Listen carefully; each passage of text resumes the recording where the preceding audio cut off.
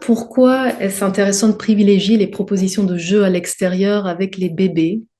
Et comment est-ce qu'on peut penser la place des bébés dans les villes, qui sont des espaces, les villes qui sont souvent d'ailleurs un peu plus éloignées de la nature? Bon, premièrement, les expériences à l'extérieur sont forcément des expériences qui relient à la nature, parce que même en ville, eh bien, il y a des insectes, il y a du vent, il y a des végétaux, enfin voilà, il y a des animaux domestiques, évidemment. Donc de ce point de vue-là, c'est intéressant de permettre au bébé d'exercer cette curiosité pour le vivant qu'on commence à découvrir. Euh, mais voilà, en effet, les bébés des villes du 21e siècle semblent passer beaucoup de temps à l'intérieur. C'est beaucoup décrit. Ils vont de leur domicile à la crèche, à la voiture. Et même quand ils sont dehors, ils sont souvent des espèces de petites capsules, là, les poussettes, avec des capotes plastifiées qui font écran avec le monde extérieur. Donc quand on les amène à l'extérieur, c'est souvent dans un extérieur très contrôlé. Euh, et il paraît que même les bébés des campagnes passent peu de temps vraiment à l'extérieur, qu'ils ont eux aussi une vie assez compartimentée. Donc voilà, moi, il me semble évident qu'il faut que ça change. Et pour que ça change, bah, c'est aussi une question politique. Il faut que toute la société fasse de la place aux bébés dans les espaces extérieurs et donc en dehors des espaces domestiques, des espaces très apprivoisés dans lesquels ils sont. Donc des espaces extérieurs à l'air libre, sans murs, sans plafond, mais aussi des espaces publics, évidemment.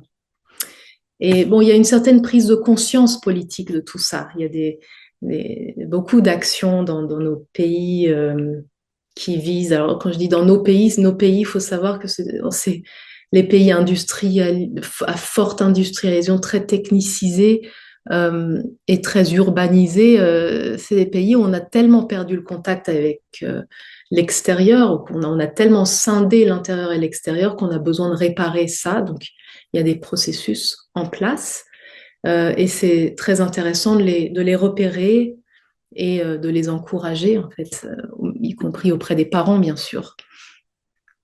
Alors, l'extérieur, ben, du point de vue du développement de l'enfant et de sa santé, ça a une grande importance. Il y a beaucoup de bénéfices, par exemple, sur le plan du développement moteur et sensoriel pour le jeune enfant d'être à l'extérieur. Ça lui permet d'exercer sa motricité libre. Et ça veut dire réfléchir, c'est-à-dire vraiment penser à travers son corps à des stratégies motrices qu'il va mettre en place dans un environnement qui n'est pas parfaitement maîtrisé et connu. Donc, par exemple, l'enfant va devoir euh, comprendre, analyser un terrain, hein, un territoire, les pentes, les aspérités, etc., et aussi les risques. Euh, et c'est bien sûr cette question-là des risques qui, sans doute, a amené ce confinement des bébés, hein, le fait de plus en plus de les maintenir dans des espaces assez clos. Euh, voilà, et donc à l'extérieur, ben, il y a plus de risques, évidemment. Il y a des espaces qui ne sont pas toujours balisés, il y a des personnes inconnues, non familières, donc le risque de ces rencontres. Et puis, il y a des objets qui potentiellement dangereux pour les enfants. Mais je crois qu'il faut vraiment s'interroger sur le rôle qu'on attribue aux adultes. Est-ce que, enfin, sur cette question de responsabilité de l'enfant.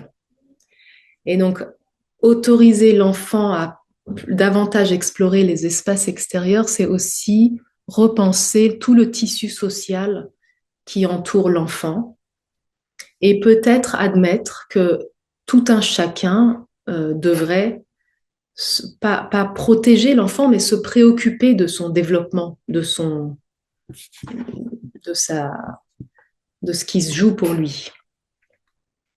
Donc ça veut pas juste être, ça veut dire ne pas être juste dans une attention protectrice, mais dans une attention qui encourage l'enfant à explorer et à identifier les risques, à identifier les potentiels, à identifier les contenances, les systèmes qui contiennent, quoi, qui protègent d'eux-mêmes.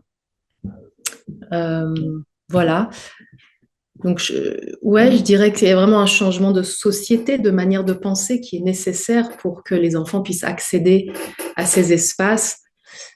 Euh, et puis, oui, il y a aussi quand même des politiques qui sont mises en place, mais il y a besoin de nouvelles politiques assez audacieuses pour leur faire de la place dans des espaces comme les musées, les salles de concert, dans les bibliothèques. Voilà. Et puis, je pense que c'est important de se dire que leur faire cette place, c'est non seulement bénéfique pour eux, mais c'est bénéfique pour tout le monde.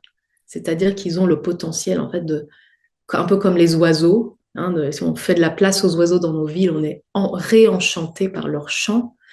Bah, pareil avec le bébé, si on lui fait plus de place collectivement, eh bien, peut participer pleinement à la société.